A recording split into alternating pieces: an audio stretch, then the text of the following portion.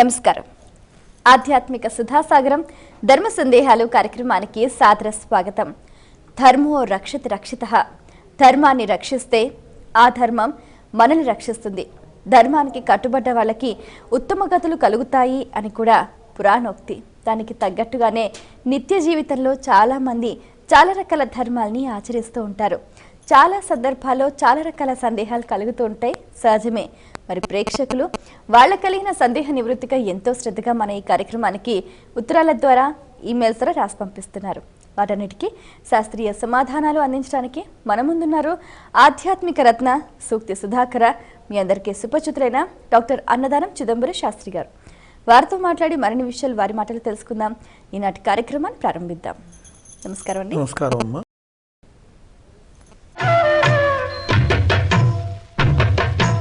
మొదటి ఉత్తరం చూద్దామండి. ఖమ్మం నుంచి మైత్రేయ రాస్తున్నారు. ఇంద్రియ నిగ్రహం చేసుకోవాలంటే ఏం చేయాలి, తెలియచేయగలరు అంటూ రాస్తున్నారు. ఇంద్రియములు మనస్సుకి అధీనమై ఉంటాయి కాబట్టి మనస్సుని నిగ్రహిస్తే అప్పుడు ఇంద్రియాలన్నీ కూడా కట్టుబడతాయి. ఇంద్రియాల యొక్క లక్షణం ఏమిటంటే ఇంద్రియార్థములందు అవి ప్రవర్తిస్తూ ఉంటాయి. ఇంద్రియార్థములంటే చెవి శ్రావ్యమైనటువంటి రాగాల్ని వినాలి అని కోరుతూ ఉంటుంది. ముక్కు మంచి వాసనలు చూడాలని కోరుతూ ఉంటుంది. అవి చాపల్యంతో కోరుతూ ఉంటాయి. అటువంటి కోరికలని సవ్యమైనటువంటి వాటిని స్వీకరించవచ్చు, కానీ అపసవ్యమైనటువంటి వాటిని స్వీకరిస్తే అది ఇంద్రియ చాపల్యం అవుతుంది. దానివల్ల ప్రమాదాలు జరుగుతాయి. సృష్టిలో 5 జీవులు పంచేంద్రియముల యొక్క చాపల్యం వల్ల నశిస్తున్నాయని చెప్పబడ్డది. కంటి నేత్ర చాపల్యం వల్ల మిడత చచ్చిపోతూ ఉన్నది. దానికి నేత్ర చాపల్యం ఎక్కువ. నిప్పు కనపడేటప్పటికి అమంతం దాని మీద వాలి అది చచ్చిపోతూ ఉంది. ఇంద్రియ చాపల్యం వల్ల అది నాశనం అవుతుంది. ఘ్రాణేంద్రియ చాపల్యం వాసన, సంపెంగ వాసన తుమ్మెదకి గిట్టదు. అలా వాసన చూసిందంటే చచ్చిపోతుంది. అలా సంపెగ వాసన వేసేటప్పటికల్లా అమాంతం దాని మీదకి వెళ్ళటము, ఆ వాసన చూసి కింద పడిపోవటం. అట్లా ఘ్రాణేంద్రియ చాపల్యం వల్ల తుమ్మెద చనిపోతుంది. కర్ణేంద్రియ చాపల్యం వల్ల సర్పములు, లేళ్ళు, మృగములు నాశనం అవుతున్నాయి. వాటికి శ్రావ్యమైన రాగం అంటే చాలా ఇష్టం. వాటిని పట్టదలుచుకున్నటువంటి వేటగాడు ఏం చేస్తా అంటే కింద వల పన్నుతాడు. వల పన్ని చెట్టు మీద ఉండి అద్భుతంగా గానం చేస్తూ ఉంటాడు, ఫ్లూట్ వాయిస్తూ ఉంటాడు. ఇది కింద ఏమున్నదో చూడకుండా అమాంతం అలా వింటూ వింటూ వచ్చేసి ఉచ్చుల్లో చిక్కుపోతుంది. అలాగే సర్పము కూడా నాగస్వరం ఊదుతూ ఉంటే దానికి ఆడుకుంటూ వస్తుంది, దాన్ని పట్టేసి బొట్లో తోసేస్తూ ఉంటాడు. అట్లా శ్రవణేంద్రియ చాపల్యం వల్ల అవి నశిస్తున్నాయి. జిఫేంద్రియ చాపల్యం, చేపకి జిఫేంద్రియ చాపల్యం ఎక్కువ. నీళ్లలో చేప దగ్గరికి ఏది వేసినా చటక్కుని దాన్ని నోట కరుచుకుంటుంది. పిల్లలు ఆటకాయతనంగా ఉమ్మేస్తూ ఉంటారు నీళ్లలో. ఆ ఉమ్మిని అది స్వీకరిస్తూ ఉంటుంది. ఏది వేసినా అది చటక్కున పట్టుకుంటుంది. గాలం వేసి చేపల్ని పట్టేవాడు ఏం చేస్తాడంటే ఎరవేస్తాడు. వానపాము ఇనప గాలానికి గుచ్చి దాన్ని వదులుతాడు. ఆ ఎర కోసమని చటక్కున పట్టుకుంటుంది, అది గుచ్చుకుని అది అంతమైపోతుంది. అట్లా చర్మేంద్రియ చాపల్యం, తీట ఏనుక్కి ఎక్కువ. ముళ్ళ కంచె లాంటిది పెట్టి పెద్ద గొయ్య దగ్గర దాంతో ఆకర్షిస్తారు, అది గోతులో పడి అది అంతమైపోతుంది. ఇలా పంచేంద్రియ చాపల్యాల వల్ల పంచ జీవులు నశిస్తూ ఉంటే ఈ పంచేంద్రియ చాపల్యం వల్ల మనుష్యుడు 5 వల్ల నశిస్తున్నాడు. వీడు ఏవి కూడదో వాటి వైపు, తాగకూడనివి తాగటం, తినకూడనివి తినటం, చూడకూడనివి చూడటం, వీటన్నిటి వల్ల మనుష్యుడు నశిస్తున్నాడు అని చెప్పబడ్డది. పెద్దలు చెబుతారు అట్లా. కాబట్టి ఇటువంటి చాపల్యంలో పోకండగా ఉండాలి అంటే దానికి మార్గం చెప్పాడు ప్రహ్లాదుడు. ఏవి అవయవాలు ఎలా చేయాలి అంటే కమలాక్షు నర్చించు కరములు కరములు శ్రీనాథు వర్ణించు జిఫ్వ జిఫ్వ. నోటితో శ్రీనాథుడిని వర్ణిస్తూ ఉంటే ఆ ఇంద్రియము సద్వినియోగం అవుతుంది. అట్లాగే హరిని చూసే చూడ్కులు భగవంతుణ్ణి దర్శనం చేస్తూ ఉండటము, చెవులతో శ్రావ్యమైనటువంటి భగవద్గానాలు వింటాం. ఇటువంటి వాటి కనుక ఇంద్రియాలని అలవాటు చేసేటట్లయితే ఆ చెడు నుంచి వీటిని మనం తప్పించిన వాళ్ళం అవుతాం. అట్లాగే మనస్సుని నిగ్రహించడం కోసమని సాధన కూడా చాలా అవసరం. ప్రాణాయామము, ధ్యానము మొదలైనటువంటి వాటి ద్వారా ఇంద్రియ నిగ్రహం చేసేటటువంటి, అట్లాగే ప్రణవం, ఓంకారం స్మరించటము, ఇటువంటి వాటి ద్వారా కూడా ఇంద్రియాలని నిగ్రహించవచ్చు. ఆ ఇంద్రియాలకి పైన ఉన్న మనస్సుని, మనస్సు కంటే పైన ఉన్నటువంటి బుద్ధిని జాగ్రత్తగా కనుక ఉంచుకునేటట్లయితే బుద్ధి మనస్సుకి చెబుతుంది మంచి, మనస్సు ఇంద్రియాలకి చెబుతుంది చెడులోకి పోవద్దని. ఆ విధంగా బాగుంటాం. కాబట్టి అలా మానసిక సాధన, బుద్ధి సాధన చేయటం ద్వారా ఇంద్రియాలని మనం సరైనటువంటి పద్ధతిలో నడిపించుకోగలుగుతాం. వాటిని సరైన పద్ధతిలో నడపటం కోసమనే మనకి దీక్షలు, ఉపవాస దీక్షలు, నేల పడకలు, చన్నీటి స్నానాలు, ఇలాంటి నియమాలు మనకి పెట్టేటటువంటి పర్వదినాల్లో వాటిల్లో ఈ నిగ్రహాన్ని, ఇంద్రియ నిగ్రహాన్ని తెలియజేయటం కోసమనే. అందువల్ల అటువంటి నియమాల్ని పాటిస్తే ఇంద్రియ నిగ్రహాన్ని మనం పొంది జీవితం శ్రేయస్కరమైనటువంటి పద్ధతిలో తీసుకువెళ్తాం. లేకపోతే గుర్రాల్లాంటి ఆ ఇంద్రియాలు ఇష్టం వచ్చినట్లుగా పోతే గోతులో పడేస్తాయి, మనల్ని పతనమైపోతాం. అలా పతనం కాకుండా ఉండటం కోసమని ఈ మార్గాలలో ఇంద్రియాలని నిగ్రహించడం చాలా మంచిది. మరి ఉత్తరం చూద్దామండి. వరంగల్ నుంచి సౌమ్య రాస్తున్నారు. మరణించిన ఇంటి వారిని ఏ రోజున పలకరించాలి తెలియజేయగలరు అంటూ రాస్తున్నారు. సహజంగా ఎవరైనా చనిపోతే వాళ్ళని పలకరించడం, వాళ్ళని ఊరడించటము అది మనిషి యొక్క కనీస ధర్మం. దీనిలో రెండు పరమార్థాలు ఉన్నాయి. ఒకటి ఊరడించటము ధర్మం. కొందరికి దీని యొక్క విలువ తెలియక ఎందుకు ఊరికినే వెళ్ళి ఏడిపించి రావటం అని అంటూ ఉంటారు. అసలు ఏడిపించటం అవసరం, అందుకనే మన వాళ్ళు ఈ నియమాన్ని పెట్టారు. మనిషి యొక్క దుఃఖము మనస్సులోనే ఉండిపోతే అది చాలా అనర్థదాయకం అవుతుంది. అనేక రకాల వ్యాధులు దానివల్ల బయలుదేరుతాయి. అందుకోసమని దుఃఖంలో ఉన్నటువంటి వాళ్ళకి ఆ దుఃఖం పెళ్ళుబుకటమే చాలా అవసరం. అట్లా నేత్రముల నుంచి ఆ కన్నీటి ద్వారా ఆ కడుక్కుపోవాలి ఆ దుఃఖం. అప్పుడు మాత్రమే వాళ్ళకు ఉపశాంతి జరుగుతుంది. కానీ బలవంతాన కనుక అది ఆపుకుంటే, వేగాన్నధారయే అని చెప్పి 13 వేగాలు ఉన్నాయి మనిషికి. ఈ 13 వేగాలని ఆపకూడదు. ఆపుకుంటే అవి చాలా అనర్థదాయకం. కన్నీరు కూడా వాటిలో ఒకటి. ఆ 13 ఈ కన్నీరుని కూడా గుడ్లలో కుక్కున్నారు, నీళ్లు గుడ్లలో కుక్కున్నారంటారే, అట్లా కనుక కన్నీటిని రానివ్వకుండగా దాన్ని కనుక బిగించేస్తే దానివల్ల చాలా అనర్థాలు, అనేక రోగాలు వస్తాయి. అందుకోసమని తప్పకుండా పలకరించటం వల్ల వాళ్ళు ఏడుస్తారు. ఏడిస్తే కన్నీరు బయటకు వస్తుంది. ఆ రకంగా వాళ్ళ దుఃఖానికి ఉపశాంతి జరుగుతుంది తప్పితే, అలా కాకపోతే దుఃఖం లోపలే ఉండి అది అనేక రకాల వ్యాధులకి కారణమవుతుంది. కాబట్టి పలకరించటం అనేది అది మానవత్వము, అలాగే అవసరము కూడా. ఇలా పలకరించేటటువంటి రోజున మనకి శ్రేయస్కరంగా ఉండాలి. మనకి శ్రేయస్కరంగా ఉండటం కోసమని ఏ రోజుల్లో పలకరించాలో ఆ రోజుల్లోనే పలకరించాలి. ముఖ్యంగా దీనికి శాస్త్రం చెప్పినది ఏమిటంటే చతుష్పాద నక్షత్రాలలోనే పలకరించాలి. అంటే నక్షత్రాలలో ద్విపాద నక్షత్రాలు, త్రిపాద నక్షత్రాలు, చతుష్పాద నక్షత్రాలు అని ఉంటాయి. అశ్విని 4 పాదాలు, భరణి 4 పాదాలు, అవి చతుష్పాద నక్షత్రాలే. అశ్విని, భరణి, కృత్తిక పాదం మేషం. మేషంలో కృత్తిక 1 పాదం ఉంటుంది, వృషభంలో మిగతా 3 పాదాలు ఉంటాయి. కాబట్టి అది త్రిపాద నక్షత్రం. కృత్తికా నక్షత్రం అలా వాటికి చూడటానికి వెళ్ళకూడదు. అట్టగా కృత్తికా త్రయ, రోహిణి మళ్ళీ 4 పాదాలు ఉంటాయి. మృగశిర అర్ధం, మృగశిర నక్షత్రంలో 2 పాదాలు దీంట్లో ఉంటాయి. మరుసటి రాశిలో 2 పాదాలు ఉంటాయి. అలా ఉండేటటువంటి ద్విపాద నక్షత్రాలు కూడా పనికిరావు చూడటానికి, అట్లాగే ఆదరింపుకు తీసుకురావటానికి, ఇలాంటి పనులకి అలాంటి నక్షత్రాలు. ఈ నక్షత్ర ప్రమాదము మరణించినటువంటి విషయంలో చాలా ఎక్కువ.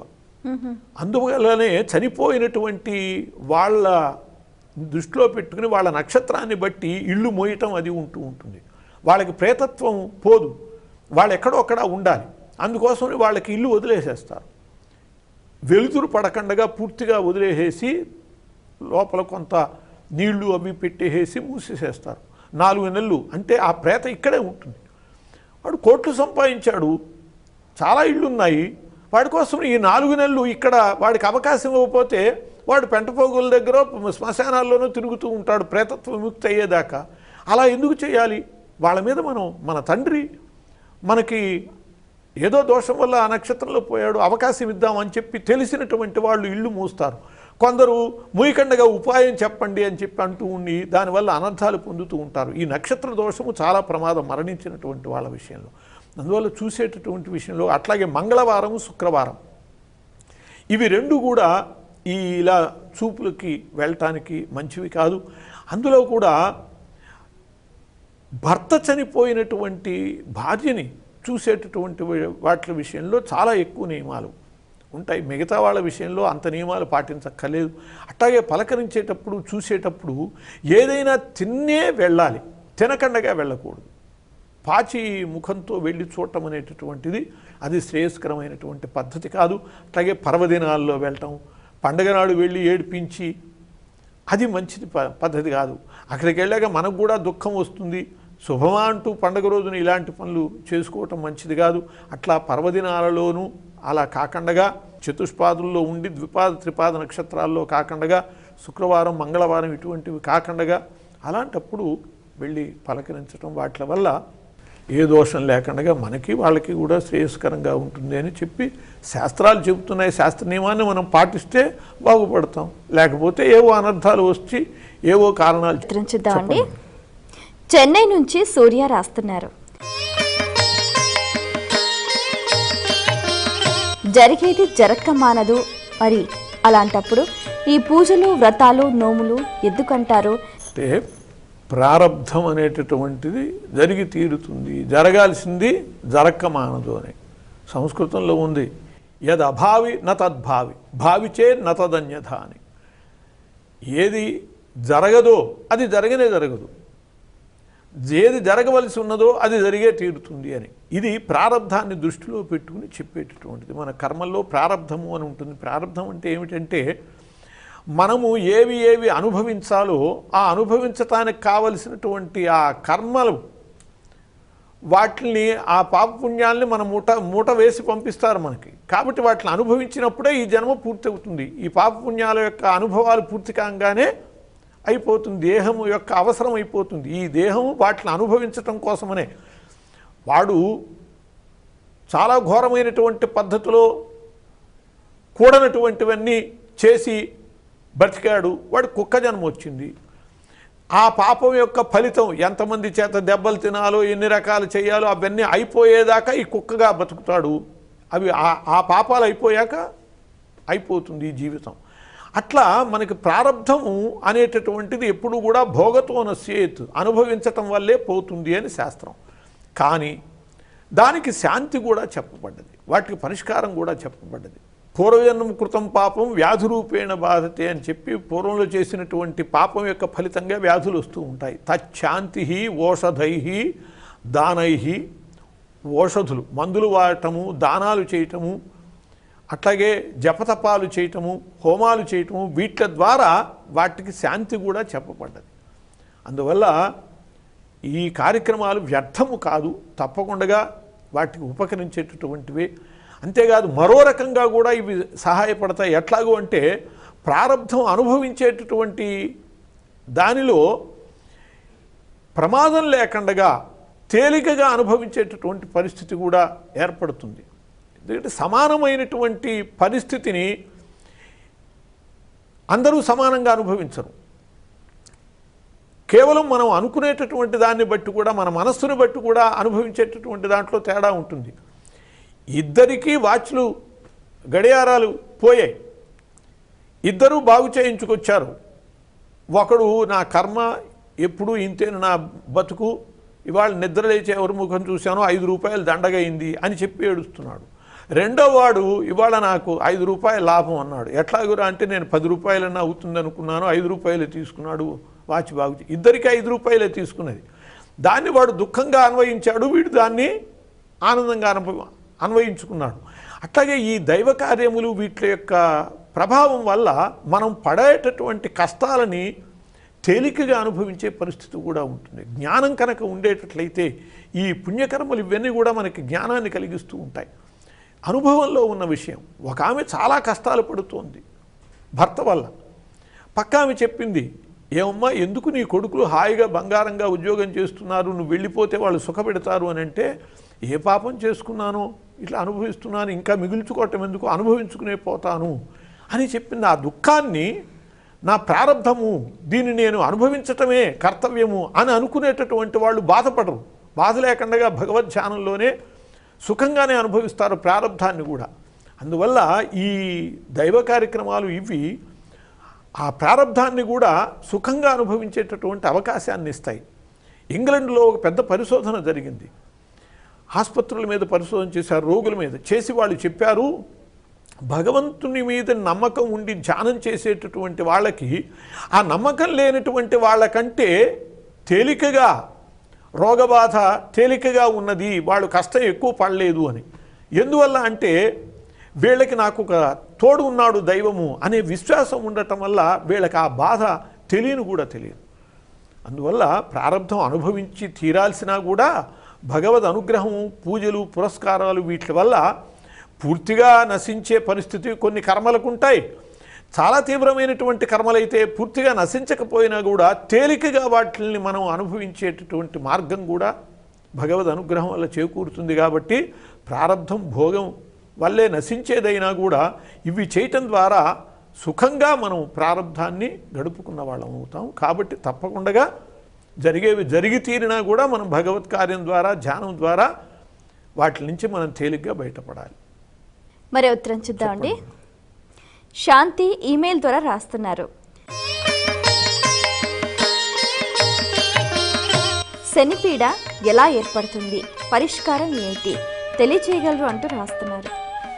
మనకి శనిపీడ ఏర్పడటానికి కారణాలు చాలా ఉన్నాయి.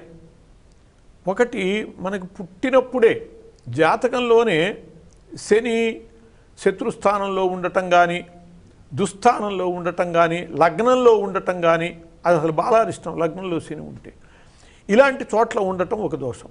రెండవది మహర్దశలు, అంతర్దశలు మహర్దశల్లో శని రావటం. మూడవది ఏలినాటి శని, మనం నక్షత్రం ఏదైతే ఉన్నదో దానికి సంబంధించినటువంటి రాశికి ముందు రాశిలో, అంటే ఇప్పుడు శని వృశ్చికంలో ఉన్నాడు. ఇలా వృశ్చికంలో శని ఉన్నప్పుడు వృశ్చిక రాశి వాళ్ళకి శని దోషం ఉంటుంది, దాని తర్వాత ధనుస్సు రాశి వాళ్ళకి ఉంటుంది, దానికి ముందు తులారాశి వాళ్ళకు కూడా ఉంటుంది. అట్లా 3 రాసుల్లో ఉండగా కూడా 3, 2.5, 7.5 సంవత్సరము ఏలినాటి శని అంటారు దాన్ని. అట్లాంటిది కూడా ఉంటుంది. అట్లాగే అష్టమ శని, అర్ధాష్టమ శని, ఇవి కూడా ఇబ్బందికరమైనటువంటివి. అంటే ఇప్పుడు వృశ్చికంలో శని ఉన్నాడు అంటే మేషంలో ఉన్నటువంటి వాళ్ళకి, మేషరాశి వాళ్ళకి అష్టమ శని, అట్లాగే సింహరాశి వాళ్ళకి అర్ధాష్టమ శని, 4లో శని ఉన్నాడు. ఇటువంటి వాళ్ళు అన్నీ కూడా శని బాధలకు కారణాలు అవుతాయి. ఇటువంటి వాటికి పరిష్కారం కోసమని శనికి తైలాభిషేకం చేయటము, అట్లాగే శనికి ప్రదక్షిణాలు చేయటము, తేలికగా అయ్యేటట్లయితే నీలాంజన సమాభాసం రవిపుత్రం యమాగ్రజం ఛాయామార్తాండ సంభూతం తం నమామి శనైశ్చరం అని చెప్పి శనికి సంబంధించినటువంటి ఈ శ్లోకాన్ని 19 సార్లు పఠించుకోవటము, చాలా తీవ్రంగా ఉండేటట్లయితే శనికి జపం చేయించుకోవటము, అట్లాగే నువ్వులు దానం చేయటము, నువ్వులు గోవుకి తినిపించటం బెల్లంతో కలిపి, ఇలాంటి పరిహారాల ద్వారా మందపల్లి శని క్షేత్రాలు ఉన్నాయి. ఆ మందపల్లి వంటి శని క్షేత్రాలలో పూజలు చేయించుకోవటము, తైలాభిషేకాలు చేయించటము, ఇటువంటి వాటి ద్వారా ఆ శని యొక్క బాధ నుంచి బయటపడేటటువంటి మార్గం ఉంటుంది. హనుమంతుడు శనిపీడ నివారకుడు.